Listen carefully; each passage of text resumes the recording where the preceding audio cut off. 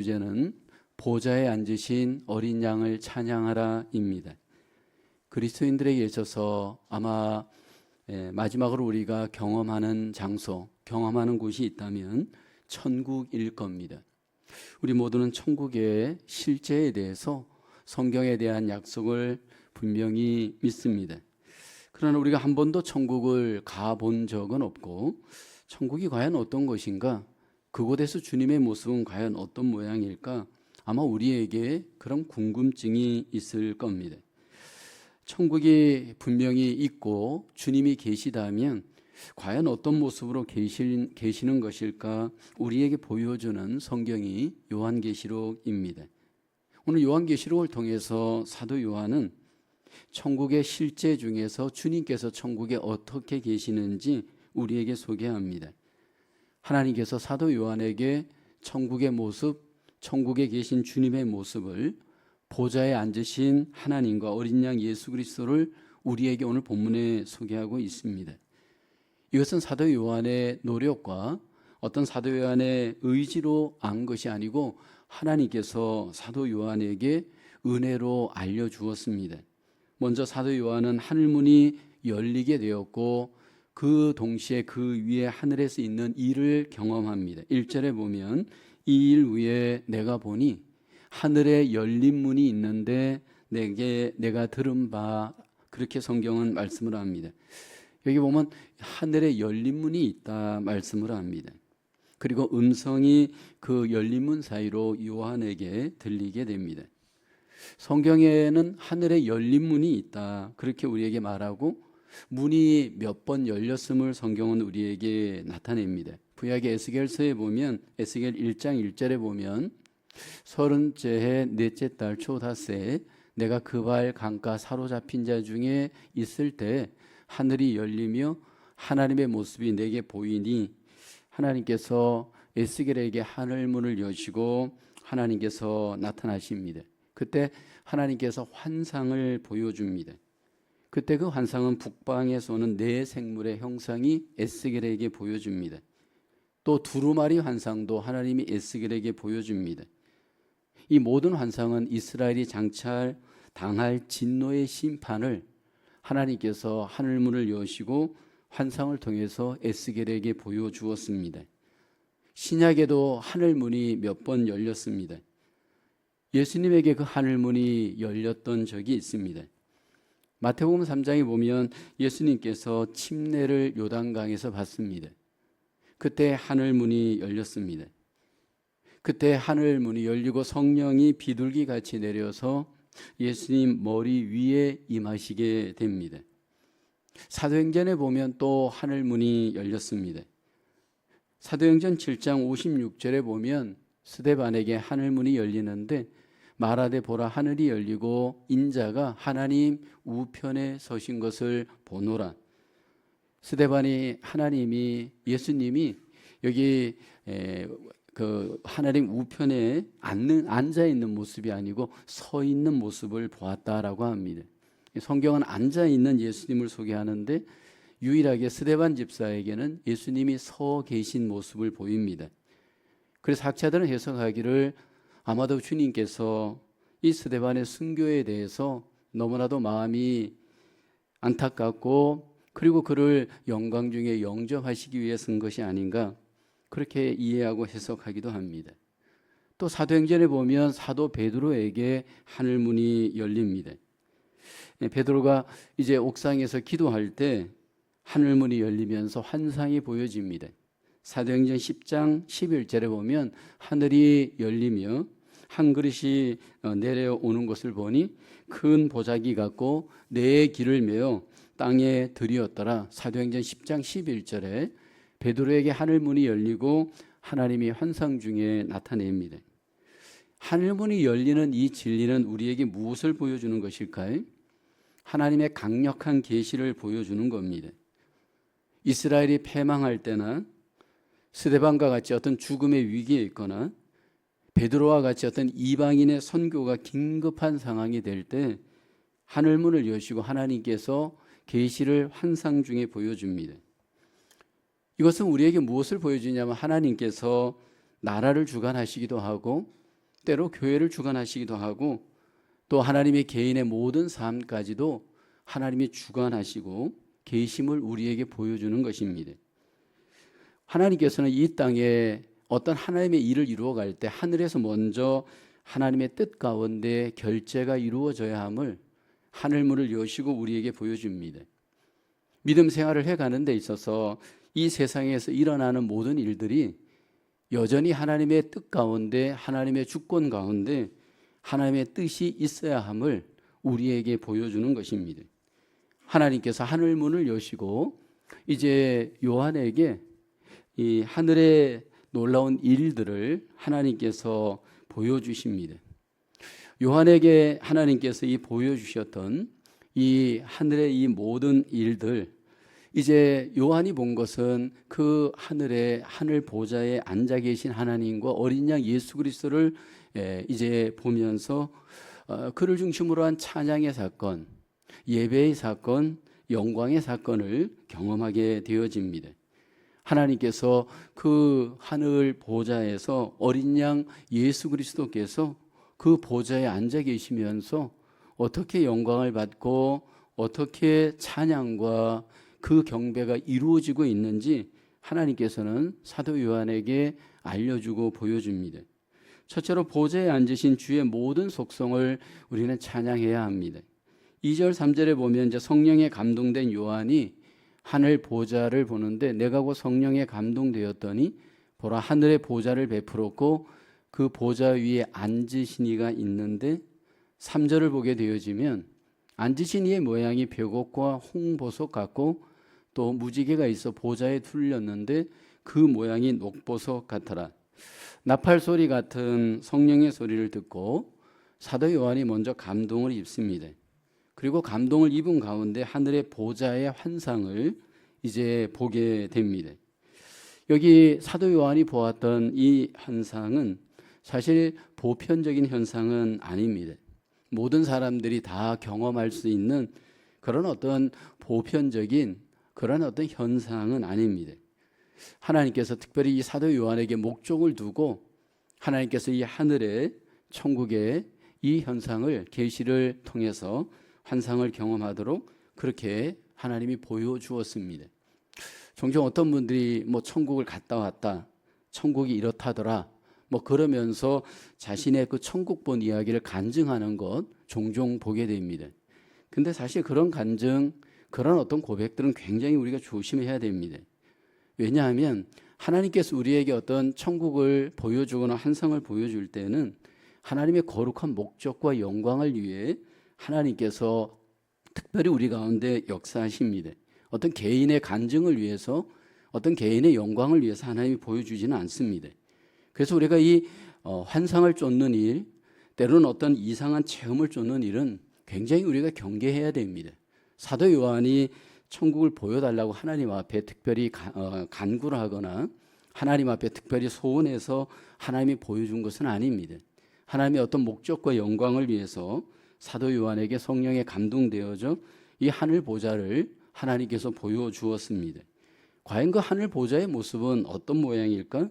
2절을 보게 되니까 하늘의 보좌를 베풀었고 그 보좌에 앉으신 이가 있는데 여기 하늘의 보좌에 예수 그리스도가 앉아 있는 모습이 소개됩니다. 3절에 보면 앉으신 이의 모양이 벽옥과 홍보석 같고 여기 보면 또 무지개가 있어 보좌에 둘렸는데 그 모양이 녹보석 같더라.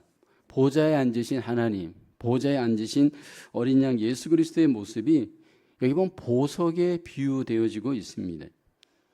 우리가 하나님을 이해할 때 사실 우리는 모양이 없음을 잘 압니다. 하나님께서 모양이 없음에도 불구하고 하나님의 어떤 성품과 하나님의 어떤 능력을 이런 보석에다가 비유하여서 우리에게 지금 소개하고 있습니다.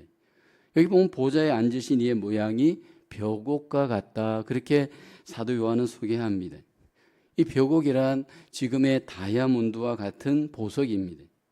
왜 하나님의 모양이 다이아몬드의 비유가 되었을까? 보석 중에서 다이아몬드는 가장 밝은 색, 가장 빛나는 보석입니다. 하나님께서 가장 빛나는 성결하신 빛의 하나님이심을 우리에게 잘 보여주고 있습니다. 그래서 빛 대신 하나님은 우리에게 이 땅에서 빛을 비춰주면서 세상의 빛이 되기를 우리에게 원하십니다. 그 빛으로 인해서 하나님을 드러내기 때문이고 이 세상에 하나님을 나타내기 때문입니다. 두 번째는 보좌에 앉으신 하나님을 여기 보면 홍보석에다가 비유를 합니다. 여기 홍보석은 영어로는 루비라고 할 수 있는데 사실 이 루비라고 하는 보석 관광지에 가면 이렇게 보석을 전시해 놓을 때 붉은색의 굉장히 매력적인 모양입니다. 이 루비는 하나님의 의를 의미합니다. 십자가의 의를 우리에게 나타냅니다. 하나님께서 우리에게 하나님의 의를 십자가로 나타내십니다. 온전히 예수 그리스도의 십자가의 피로 누구든지 용서를 받고 하나님께서 기억하시는 의인이 될 수 있는 이 하나님의 의가 우리에게 하나님의 은혜로 주어졌습니다. 하나님께서 인정하시는 의는 오직 십자가의 의밖에는 없습니다. 하나님은 홍보석 같은 십자가의 의를 우리에게 허락하신 분이십니다. 세 번째는 보좌에 앉으신 이가 녹보석 같다 그렇게 소개합니다. 에메랄드, 비치옥과 같은 보석을 의미하는데 이 보석의 색깔이 초록색인데 초록색은 무엇을 의미하느냐 하면 하나님의 은혜를 의미합니다. 초록색은 사실 자연색입니다. 우리가 하나님을 색으로 표현한다면 초록색 또는 푸른색이 어쩌면 가장 하나님의 색이 아닐까 싶습니다. 산도 모든 자연도 초록색이고 바다와 하늘은 푸른색이기 때문입니다. 이것은 하나님의 전적인 은혜를 우리에게 나타내는데 보좌에 앉으신 하나님은 은혜의 하나님이십니다. 하나님께서 이 천국에서 우리에게 은혜 가운데 통치하실 때 그 하나님의 은혜는 우리에게 우리의 공로와 관계없이 무조건적으로 하나님의 은혜 가운데 우리에게 하나님이 은혜를 베풀어 주십니다. 그래서 우리가 때를 따라 하나님의 은혜를 받아야 되고 항상 우리가 은혜를 우리 안에 기억하고 항상 은혜의 하나님을 우리는 찬양해야 합니다. 하나님이 자연 가운데 은혜로 자연 속에 은혜를 베푸시듯 우리에게 하나님께서 그 은혜를 베푸셔서 하나님의 그 놀라우신 은혜를 경험하게 하는데 사실 우리가 그 하나님의 은혜를 경험할 때 우리가 그 은혜를 은혜로 깨닫기 위해서 은혜를 우리 속에 누리기 위해서 가장 우리가 그 은혜를 제한하지 말아야 될 것이 자기의입니다. 이 땅에 오셨던 예수님이 유대인들을 향해서 가장 공격했던 죄가 있다면 바로 의입니다. 유대인들의 가장 문제는 그 주님의 은혜, 하나님의 은혜를 자기의로 대적하고 대항하였습니다. 자기의를 앞세우는 사람들은 은혜를 은혜로 받아들일 수 없습니다. 자기의로서 그 모든 것들을 얻으려고 하기 때문입니다. 하나님은 은혜로서 우리에게 하나님의 은혜를 통해서 우리 가운데 일하시는 분입니다. 네 번째는 보좌에 무지개가 둘려 있음을 소개합니다. 3절에 보면 또 무지개가 있어 보좌에 둘렸는데 그 모양이 녹보석 같아라. 성경의 무지개가 가장 먼저 소개되는 것은 창세기 9장입니다. 하나님께서 노아 때 물로 세상을 심판하시고 무지개로 언약을 맺습니다. 다시는 내가 물로 세상을 심판하지 않겠다. 하나님이 그 언약의 징표로 무지개를 보여줍니다. 심판이 지나간 뒤에 하나님의 그 불변하시는 언약의 표시가 무지개입니다. 신실하신 하나님을 우리에게 보여주는 사인입니다. 천국의 하나님께서는 신실하신 하나님으로 우리 가운데 역사하시는 분이심임을 보여줍니다. 그러니까 지금 보좌에 계신 주님, 보좌에 계신 그 하나님의 모습, 그 모습은 여기 보석과 같은데 사실 그 보석 같으신 그 하나님의 성품을 보면 절대적인 성품도 있고 또 우리와 함께 공유하는 성품도 있습니다. 우리가 이 땅에서 그 하나님의 성품을 배우지만 그 하나님의 속성을 우리가 배우지만 가장 완전하게 그 속성과 성품을 배우는 곳, 경험하는 곳, 그리고 그 속성을, 그 성품을 찬양하고 경배하는 곳, 그것이 바로 천국입니다. 우리가 이 땅에서 하나님과 관계를 하면서 예배를 하면서 가장 우리가 예배 속에, 관계 속에 경험해야 될 하나님의 은혜는 바로 이 하나님의 성품입니다. 하나님의 속성입니다. 그래서 우리가 하나님을 예배하고 찬양하고 영광을 돌리면서 사실 우리가 정말 하나님을 만난다면, 하나님을 경험한다면 사실 우리의 삶 속에 가장 변화되어야 될 것이 있다면 성품입니다. 성품이 변화되지 않는 그리스도인, 진정한 그리스도인이라 할 수 있을까라는 겁니다. 구원은 무조건적인 하나님의 은혜로 되었다면 성품은 하나님의 그 능력이 우리 가운데 만남을 통해, 예배를 통해, 교제를 통해, 찬양을 통해 하나님께서 분명히 우리 가운데 변화되어지는 성품의 열매를, 성화의 삶을 우리 속에 나타내시는 줄로 믿습니다. 물론 그것이 우리에게 과제가 평생 과정입니다. 성화의 완성은 사실 천국에서 이루어집니다. 영화가 이루어지는 곳은 천국입니다. 그렇지만 우리가 분명한 것은 이 땅에서 그 거룩하시고 완전하시고 영원하신 그 주의 속성, 그 주의 그 성품을 우리는 이 땅에서부터 찬양하고 경배합니다. 그리고 천국에서 비로소 그 모든 것들이 완성이 되어집니다.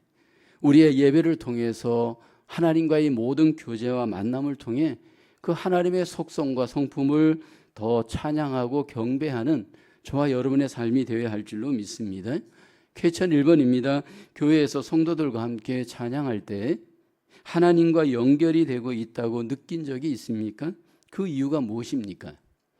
우리가 예배의 자리란 하나님과 만남의 자리입니다. 하나님과 만남이 우리에게 되어지는 그 찬양의 자리, 예배의 자리에서 정말 내가 하나님과 연결이 되고 있는가?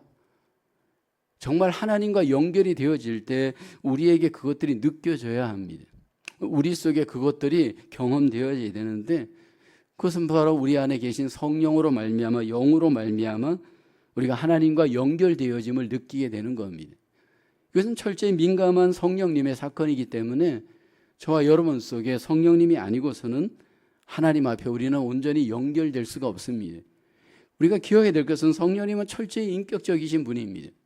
그래서 우리가 하나님 앞에 나와서 하나님을 만나고 예배할 때 기도를 통해서 또 내 마음을 통해서 철저하게 성령님이 나의 삶에, 나의 예배에 하나님과 만남의 그 영의 예배가 될 수 있도록 우리 자신들 그분께 의탁하고 맡기고 인도를 받을 때 우리 안에 그 성령으로 말미암는 만남의 은혜를 경험하게 됩니다. 그 이유가 바로 영으로 우리가 하나님을 만나기 때문인 줄로 믿습니다. 찬양할 때 내 감정이 아닌 성령으로 말미암는 찬양, 성령으로 말미암는 예배 속에 하나님과 연결되어지는 영의 경험이 우리 속에 풍성하게 경험되어질 때 비로소 우리 속에 하나님의 임재를 경험하는 그 복된 예배와 찬양이 되어지는 줄로 믿습니다. 두 번째로 보좌 앞에서 드려질 영광스러운 예배를 바라보아야 합니다. 4절 5절에 보면 이제 그 보좌에 둘러 24보좌들이 있고 그 보좌들 위에 24장로들이 흰옷을 입고 머리에 금관을 쓰고 앉았더라. 천국의 보좌에 둘러 있는 24보좌들, 그리고 그 보좌들 위에는 24장로들이 앉아 있습니다. 여기 24장로는 누구일까? 해석학자들은 교회의 대표라고 이해합니다. 그 하나님의 보좌에 둘러싼 그 보좌에 앉아 있는 24장로는 구약의 12지파와 신약의 12사도를 합한 24대표를 의미하는데 이것은 결국 교회의 대표라고 이해를 합니다. 하나님의 보좌가 있고 24장로가 하나님의 보좌 곁에 앉아 있는 겁니다. 우리가 알듯이 하나님은 이 천지 만물을 창조하셨습니다. 천지 만물을 창조하신 하나님께서 이제 그 천지 만물을 통해서 가장 원하시는 것은 하나님께 영광이 되어지는 겁니다. 하나님께서 그 영광을 우리 가운데 모든 만물을 통해서 받기를 원하십니다. 하나님께서 모든 만물들을 창조하실 때 그 만물 속에는 하나님의 능력이 들어가 있고 하나님의 영광을 나타낼 수 있도록 하나님께서 그 만물 속에 하나님의 영광을 돌리는 그 모든 씨를 하나님이 주셨습니다. 그래서 산에서도 바다에서도 이 모든 것들 속에 만물들이 하나님께 영광을 돌립니다. 모든 피조물들의 목적은 하나님께 영광입니다. 근데 하나님께서 지은 피조물 중에서 가장 영화롭고 존귀한 피조물이 무엇일까라는 겁니다. 물론 우리가 이제 창세기 보면 1일부터 6일까지 하나님이 창조한 많은 것들이 있는데 그 마지막에 이제 인간을 창조하고 인간이 가장 아름다운 피조물인 것이 창세기는 소개됩니다. 근데 창세기를 넘어서서 신약에 이르러서 하나님께서 가장 창조한 피조물 중에서 영광을 받는 존귀한 피조물이 있다면 교회입니다. 하나님께서 피로 값주고 사신 교회야말로 하나님의 그 영광의 중심에 있습니다. 천국에서 지금 하나님 보좌에 둘러싼 24장로들, 그 교회를 대표하는 그들이 그 영광의 중심에 있음을 우리에게 보여줍니다. 하나님의 보좌에 가장 가까운 데 있으면서 예배하면서 지금 하나님께 영광을 돌립니다. 그것은 이 미래의 천국에서 일어날 사건이지만 지금 이 땅에서 하나님께서 통치하실 때 그 하나님의 통치의 가장 중심에, 영광의 중심에 있는 피조물, 지금 그것은 바로 교회입니다. 미래에 있을 그 일이 지금 여기에서도 하나님께서 이 역사의 중심에 교회를 두고 있습니다. 우리가 구약의 역사를 함께 성경을 통해서 이스라엘 역사를 구약 성경을 통해서 배울 때 하나님이 그 이스라엘 중심으로 해서 그 주변 나라의 역사를 다스려가는 것을 보게 됩니다. 세계 역사를 하나님이 주관하시지만 그 역사의 중심에는 이스라엘이 하나님께서 역사의 중심에 두며 구약의 이스라엘 역사를 하나님이 우리에게 보여줍니다. 그런데 신약에서도 마찬가지입니다. 이 세상의 모든 역사를 하나님이 주권을 갖고 주관하시지만 그 역사의 중심에는 교회가 있습니다. 하나님께서 왜 이렇게 교회를 중심에 두고 있는가?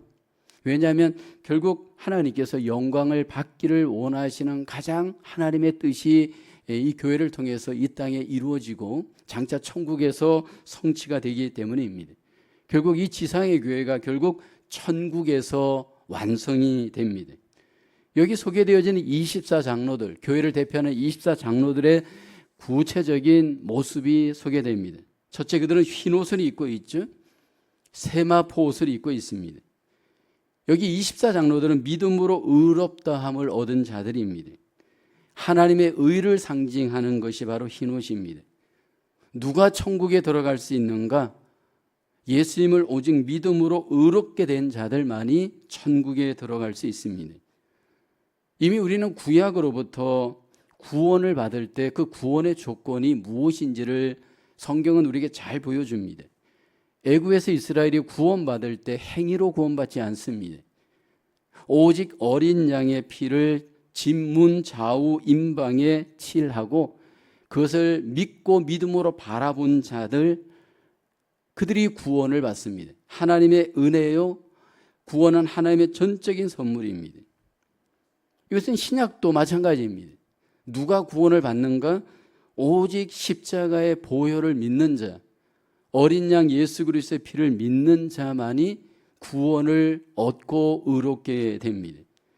성경 전반부의 모든 하나님의 가장 강조되는 핵심적인 하나님의 뜻은 하나님의 은혜입니다. 하나님께서 왜 우리에게 은혜를 이렇게 구약에서 신약에서 강조할까요?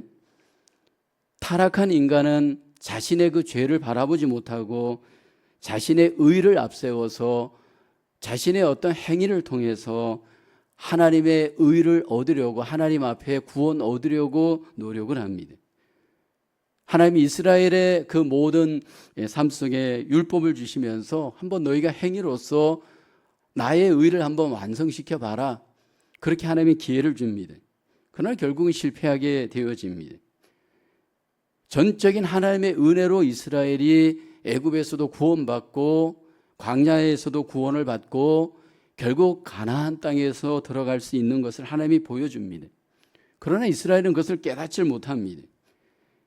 오늘 우리가 하나님 앞에 믿음으로 살아갈 때 오직 하나님의 은혜로 예수님을 믿는 자마다 의인이라 인정을 받고 하나님께서 우리를 천국으로 인도하시고 그 천국에서 하나님께 경배할 수가 있는 줄로 믿습니다.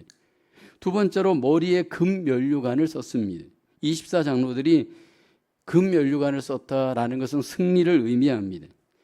하늘의 보좌에 앉은 하나님의 보좌 옆에 앉아 있는 24장로들은 결국 믿음으로 승리하고 멸류관을 쓰는 겁니다. 많은 환난도 겪고 고난도 겪지만 결국은 교회가 승리한다라는 겁니다. 왜냐하면 예수님이 승리하였기 때문에 여러분, 교회도 반드시 이 세상에서 승리합니다. 그러니까 미래의 천국에서 승리한 교회의 모습을 지금 하나님께서 미리 사도 요한에게 보여주고 있습니다.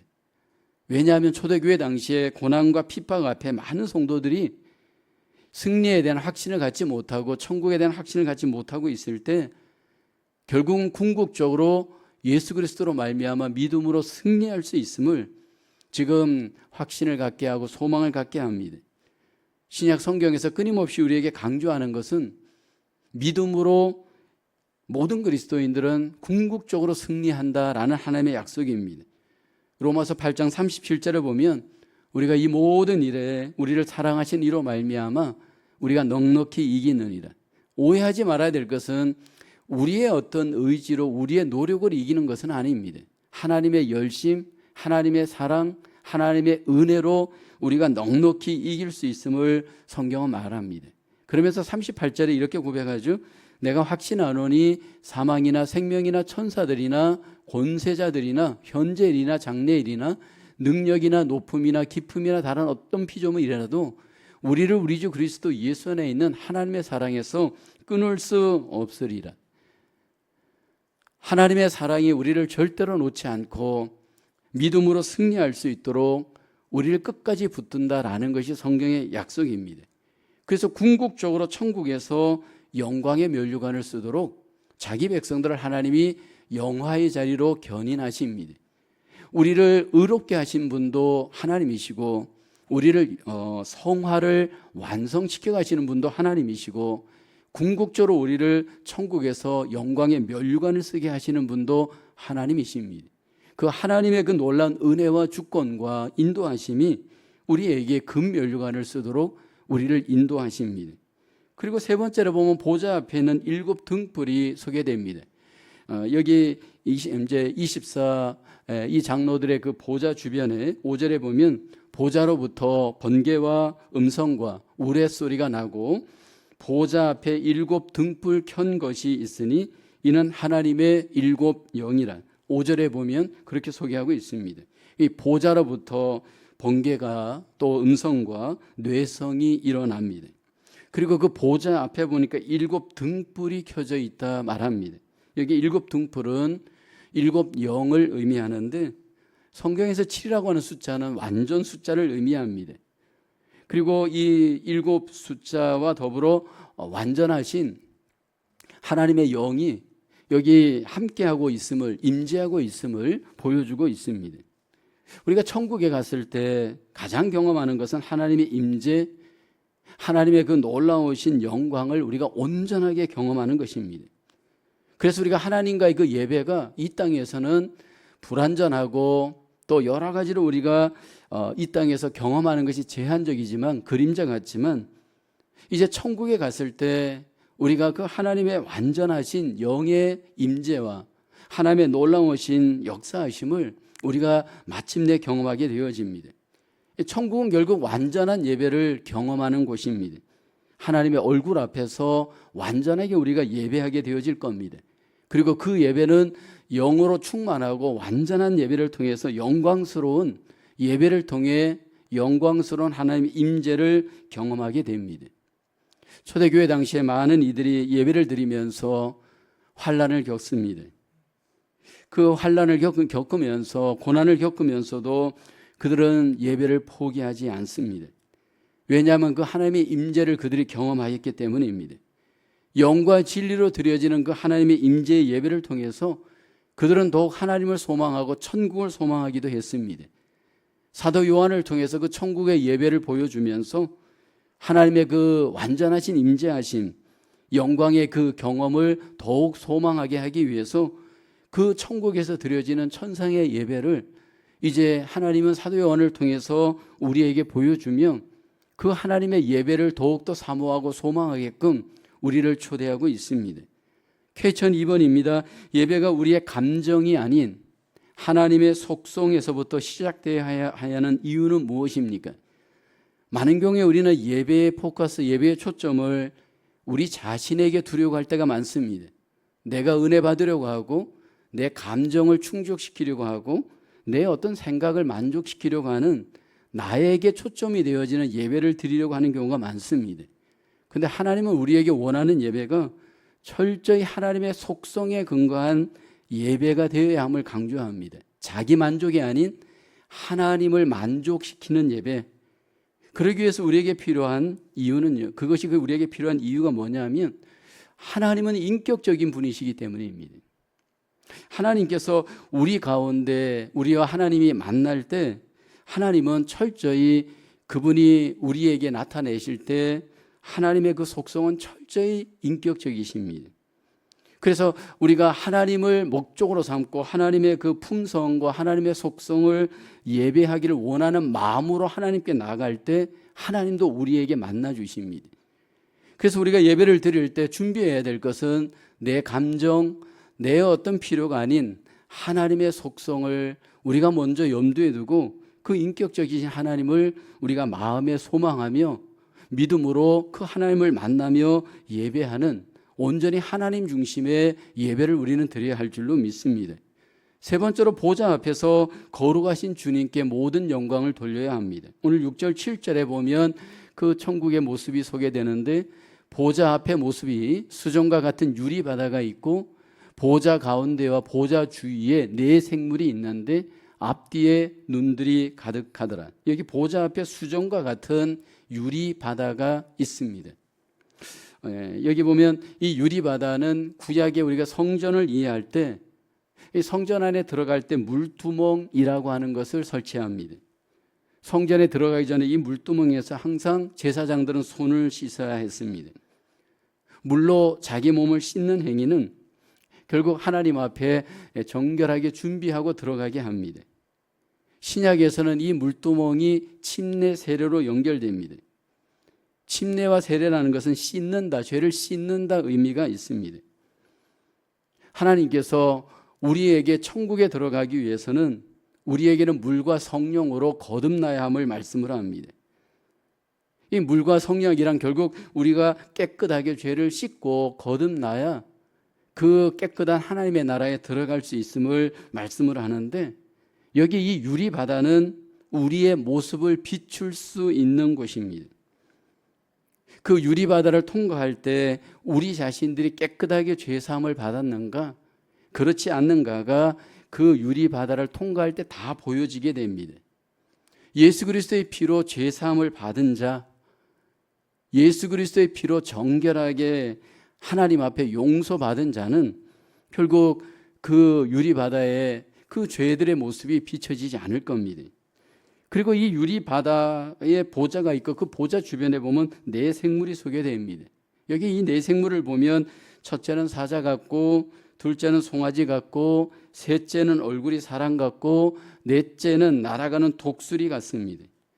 여기 네 생물이 앞뒤에 눈이 가득하고 여섯 날개와 여기 주변에 눈이 가득함을 소개하고 있습니다.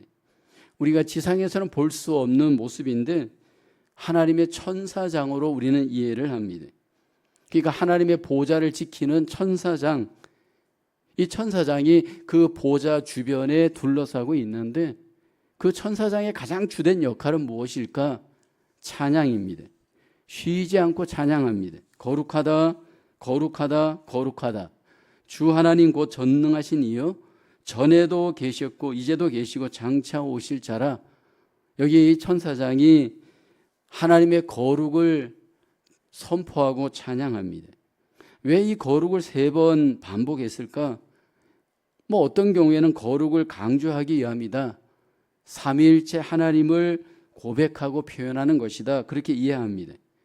그런데 중요한 것은 하나님을 가장 우리에게 소개하고 찬양할 때 거룩하신 하나님이라는 겁니다. 하늘에 계시고 그 보좌에 계셔서 찬양을 받으시고 예배를 받으신 하나님, 거룩하신 하나님이신 것을 여기 천사장이 하나님 앞에 찬양으로 영광을 돌립니다. 이 생물들이 보좌 주위에 서서 거룩하신 하나님께 날마다 끊임없이 영광과 존귀와 감사를 쉴 새 없이 하나님께 돌리는 것을 보게 됩니다. 물론 이 천사장만 그렇게 하는 것이 아니고 24장로들도 찬송 가운데 하나님께 계속해서 영광을 돌립니다. 그러니까 우리가 장차갈 천국에서 우리가 쉬지 않고 해야 할 일이 뭐냐 하면 오직 하나님께 모든 영광을 돌리는 찬송과 예배를 드리는 겁니다. 근데 그 모든 찬송과 예배의 포커스는 오직 하나님만 경배하고 오직 하나님만 영광을 돌립니다. 사실 그 천국의 예배를 지금 여기에서 우리가 그 삶을 경험하는 것인데, 이 땅에 우리의 삶의 가장 삶의 예배의 목적, 공예배의 목적이 있다면 하나님께 영광을 돌리는 겁니다. 하나님이 우리를 십자가의 피로 구속하시고 우리의 몸을 거룩한 성전으로 삼아주신 이유는 거룩하신 하나님께 오직 영광을 돌리기 위함입니다. 고린도전서 6장 20절에 보면 우리를 값으로 샀다라고 얘기를 하죠. 값으로 산 것이 되었으니 그런즉 너희 몸으로 하나님께 영광을 돌리라. 하나님께서 우리의 몸을 사신 이유, 하나님이 우리의 몸을 통해서 영광을 받길 원합니다. 그래서 우리가 어떤 경우에도 삶의 예배, 공예배를 통해서 하나님 앞에 이 영광을 거룩하게 드리는 것이 하나님께서 우리를 향하신 목적입니다. 왜냐하면 우리가 천국에 가서 지금 그 삶을 미리 여기서 연습하는 겁니다. 그런데 우리로 하여금 거룩하지 못하게 하고 영광을 돌리지 못하게 하는 요인이 우리 안에 있는데, 결단하고 계속해서 하늘을 주목할 것을 말합니다. 골로새서 3장 1절 2절에 보면 그러므로 너희가 그리스도와 함께 다시 살리심을 받았으면 위의 것을 찾으라. 거기는 그리스도께서 하나님 우편에 앉아 계시느니라. 위의 것을 생각하고 땅의 것을 생각하지 말라. 항상 하늘에 계신, 천국에 계신, 보좌에 계신 그 주님을 바라보면서 우리로 하여금 이 땅의 것들을 주목하지 말고 거룩을 주목하고 하나님을 주목하면서 하나님께 영광을 돌릴 것, 성경은 우리에게 강조합니다. 지금 우리는 이 땅에서 천국을 경험하고 있습니다. 하늘의 그 천국이 이 땅에서 경험되어질 때, 그러나 아직 그것은 완성되지 않은, 아직은 불완전한 하나님의 나라입니다. 그러나 그 불완전한 이 땅에 임한 하나님의 나라를 우리가 하나님께 영광을 돌리면서 경험하고 하나님께 영광을 돌리면서 삶을 살다가 궁극적으로는 천국에 가서 온전한 하나님께 영광이 되어지는 그 삶을 최종적으로 우리가 경험하게 될 줄로 믿습니다. 저와 여러분의 삶 속에 날마다 우리의 삶이 먹든지 마시든지 무엇을 하든지 하나님 앞에 영광을 돌리며 이 땅에서 하나님의 그 뜻을 이루어가는 삶이 되어야 할 줄로 믿습니다. 퀘스천 3번입니다. 거룩하신 하나님께 매사에 영광을 돌릴 때 우리 가운데 무엇을 경험하게 됩니까? 내 삶이 하나님께 영광이 되어진다면 우리에게 오는 축복이 무엇일까라는 겁니다. 내가 삶의 예배이든 공예배이든 하나님께 영광을 돌릴 때 하나님의 임재를 내가 여기에서 경험합니다. 천국에서 경험하는 그 놀라운 임재의 복이 사실 내 삶 속에서 경험합니다. 그래서 사실 성경은 우리에게 무엇을 약속하느냐 하면 이미 이 땅의 천국이 우리 마음 안에서 경험될 수 있음을 약속하고 있고요. 그로 인해서 천국에서 경험할 그 하나님의 임재의 복이 이 땅에서도 우리가 누릴 수 있음을, 물론 그게 완전하진 않지만 그 복이 얼마나 큰 것인가를 우리에게 약속을 하고 있습니다. 그 하나님의 임재를 통해서 우리 마음의 기쁨이 회복되고 즐거움이 회복되고 그로 인해서 우리의 삶의 근본적인 만족과 행복이 하나님으로 말미암아 우리 안에 경험되는 줄로 믿습니다. 요한계시록을 통해서 사도 요한에게 천국을 하나님이 보여주시고 그 하나님 앞에 찬양과 경배와 영광을 돌리는 우리의 미래의 모습이 사도 요한을 통해서 하나님은 경험하게 하십니다. 우리는 하나님의 그분의 속성으로 말미암아 그 하나님을 찬양하고 경배하면서 영광을 돌립니다. 우리의 그 삶이 하나님 앞에 영광을 돌릴 때 결국 하나님의 임재를 경험하고 하나님의 그 놀라우신 은혜를 우리의 삶에 경험하는 그 복된 삶이 천국에서 경험되게 되는 줄로 믿습니다.